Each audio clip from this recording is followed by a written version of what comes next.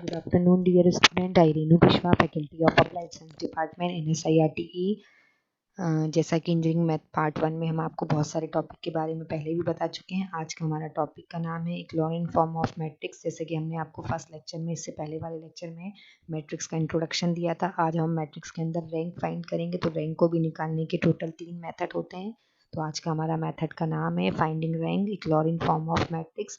तो ये किस तरीके से अप्लाई होता है, किस तरीके से ये अदर कोर ब्रांच में एप्लीकेशन के रूप में काम करता है, डेली लाइफ में हम इसको किस तरीके से यूज़ करते हैं, तो इन सब के बारे में जानेंगे। तो आज का हमारा टॉपिक का नेम है इक्लोरिन फॉर्म ऑफ मैट्रिक्स। तो सबसे पहले हम इसके बारे में जानते हैं। तो matrices and system of equations क्या होती हैं, सबसे पहले इसके बारे में पढ़ेंगे।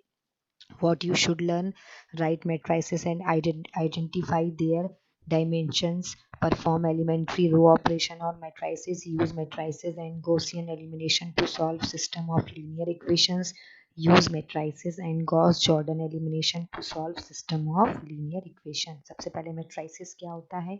In this section you will study the streamlined technique for solving system of linear equations. That this technique involves the use of a rectangular array of real number called a matrix.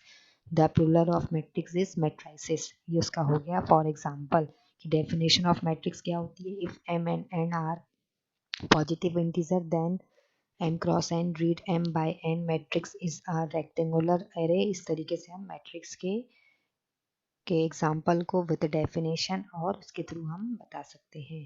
उसके बाद the entries, the ith row and jth column is denoted by the double subscript notation aij for instance. For instance, the entry A23 is the entry in the second row and third column. A matrix having m rows and n column is said to be dimension m cross n. If m बराबर n, then the matrix is square of dimension n cross n or n cross n. For a square matrix, the entries a11, a22, a33 and so on. ये example हो गया dimension of A matrix का। ये एक solution है। इस तरीके से हम एग्जाम्पल सॉल्व कर सकते हैं। कोई आपसे बोले कि 1 क्रॉस 1 मैट्रिक्स क्या होगी, 1 क्रॉस 4, 2 क्रॉस 2, 3 क्रॉस 2, इस तरीके से हम डिफरेंट टाइप की मैट्रिक्स के एग्जाम्पल को प्रेजेंट कर सकते हैं। अब उसके बाद नेक्स्ट है the matrix derived from the constant terms of the system is the constant matrix of the system. इस तरीके से हम फाइंड कर सकते हैं। ये हो गई हमारी augmented matrix, coefficient matrix, constant matrix. ये उसके कुछ स्पेशल प्रॉपर्टीज हैं। उसके बाद ये हो गया right the augmented matrix of the system of linear equation. इस तरीके से हम आर्गुमेंटेड मैट्रिक्स से लीनियर इक्वेशन बना सकते हैं। What is the dimension of the augmented matrix is, इस तरीके से begin by writing the linear system and aligning the variables. इस तरीके से फाइंड कर सकते हैं एक्स वाई की वैल्यू, है ना। ये हो गया उसका ऑपरेशन। अब उसके बाद elementary row operation for matrix क्या होता है? इंटरचेंज टू रोज, ये उसकी कंडीशन है। Multiply one of the row by a non zero constant, add a multiple of one row to another row. This is a basic formula for if you finding the rank in using Eclorin form. Using this both properties elementary row operation की ये conditions हैं। ये उसका हो गया describe और ये उसके हो गए एग्जाम्पल। ओरिजिनल मैट्रिक्स आपकी ये है, इसमें हमने ऑपरेशन लगाया। Now new row equivalent matrix, इस तरीके से। उसके बाद multiply the first row of the original matrix by 1/2। तो ये ओरिजिनल मैट्रिक्स, ये उसके अंदर इंटरचेंज हुआ। इस तरीके से हम रो ऑपरेशन मेथड का यूज करके अपने मैट्रिक्स में रैंक को फाइंड कर सकते हैं। आपको अपर ट्रायंगुलर फॉर्म में नंबर ऑफ एलिमेंट को 0 बनाना होता है। This is also called a Gaussian elimination with back substitution. ये उसका कंडीशन विथ डेफिनेशन, ये उसका एग्जाम्पल। इस तरीके से हम लगा सकते हैं, है ना। तो ये हो गया रो इक्लोरिन फॉर्म। इस तरीके से हम फाइंड कर सकते हैं डिफरेंट एग्जाम्पल का। आपको सिर्फ रो में लगाना है। इक्लोरिन फॉर्म का second name row operation matrix भी कहा जाता है।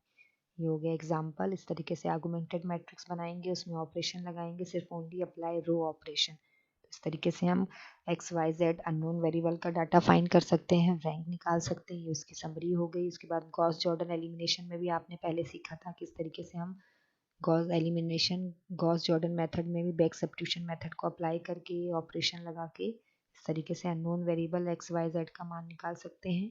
तो थैंक यू वेरी मच। आज आपने देखा कि किस तरीके से हमने क्लोरीन फॉर्म का यूज़ करके मैट्रिक्स को सॉल्व किया। इसके द्वारा हम रैंक भी फाइंड कर सकते हैं। इसके थ्रू हम कहीं ना कहीं जो हमें साइमल्टेनियस लीनियर इक्वेशन दी होती है उसमें जो unknown variable X Y Z होते हैं उनको भी फाइंड कर सकते हैं, चाहे गॉस एलिमिनेशन मेथड का यूज़ हो चाहे गॉस जॉर्डन। तो कहीं ना कहीं मैट्रिक्स जो है वो सिर्फ हमें रैंक फाइंड करने के लिए तक ही नहीं सीमित है। इसके द्वारा हम बहुत सारे डिफरेंट डिफरेंट टाइप के एप्लीकेशन भी बना सकते हैं, चाहे वो मैटलैब की प्रोग्रामिंग हो, चाहे वो कोडिंग वगैरह का डाटा हो, चाहे अदर कोई ब्रांचेस में हम इसको कहीं ना कहीं यूज़ करते हैं। तो आज के लिए इतना ही काफ़ी है। नेक्स्ट लेक्चर में हम आपको और डिटेल में बताएंगे। Have a nice day, take care, stay at home.